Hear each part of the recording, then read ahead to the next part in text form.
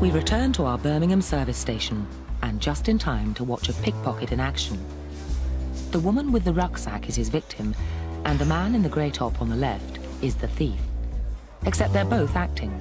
In fact, everyone in the queue is with us, apart from the man in the blue shirt.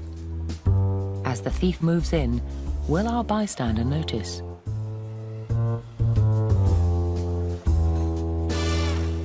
He clearly has. What's more, he's seen that other people in the queue have noticed too. Now, what's he going to do about it? The answer is nothing. After all, no one else in the queue reacts, so why should he? Chances are, you wouldn't have done anything either. Whatever the man in the blue shirt thinks he's seen, he's influenced by the apathy of everyone else in the queue. In more serious situations, this could have disturbing consequences. Liverpool Street Station in London. A drunk lies on the pavement.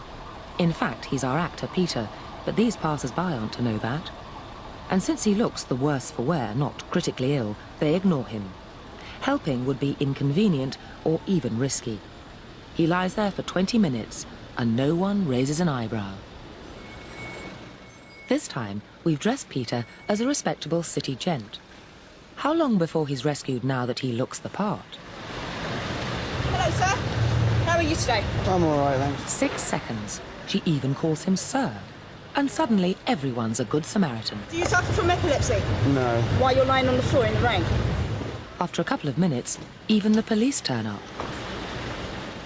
I would just hate to be in his position of feeling ill and nobody helping and walking past, so I'd just like to check that he was okay. I thought, well, it's wet, so he must really be ill because he's going to ruin his suit anyway.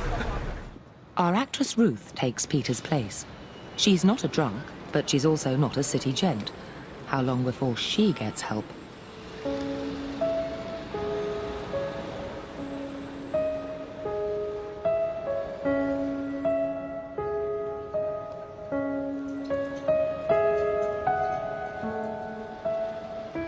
Four minutes have passed, and 34 people have passed. People don't really want to know. They just haven't got the time. Well, they have got the time, they just don't want to get involved. But it's more complicated than that. If the street were deserted, a passerby would probably go to the rescue. But these strangers have silently formed a temporary group with a rule: don't help. Like the woman who faced impossible questions in the service station, they're afraid to stand out from the crowd. So like the people in our smoke experiment, they won't take action if nobody else does, even against their own better judgment.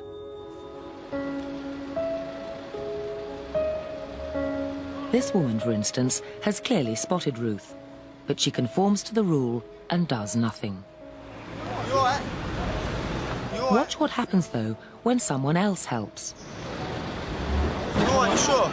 She suddenly finds herself in a different group with a new rule: to help. She don't look well, does she? You all right, yeah?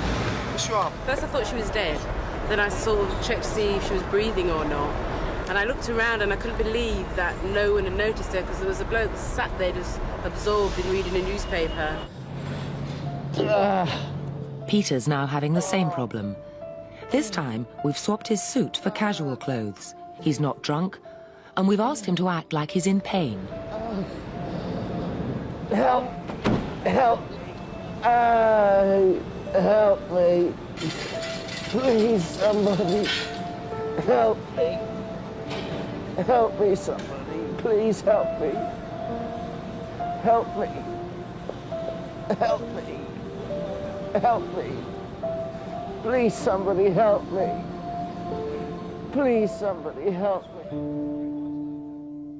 I got onto the tube and sat opposite a guy who threatened me. He'd obviously been sleeping rough and had problems, but he was quite verbally abusive. Yeah, I was with a group of mates one day. We've seen two fellas arguing.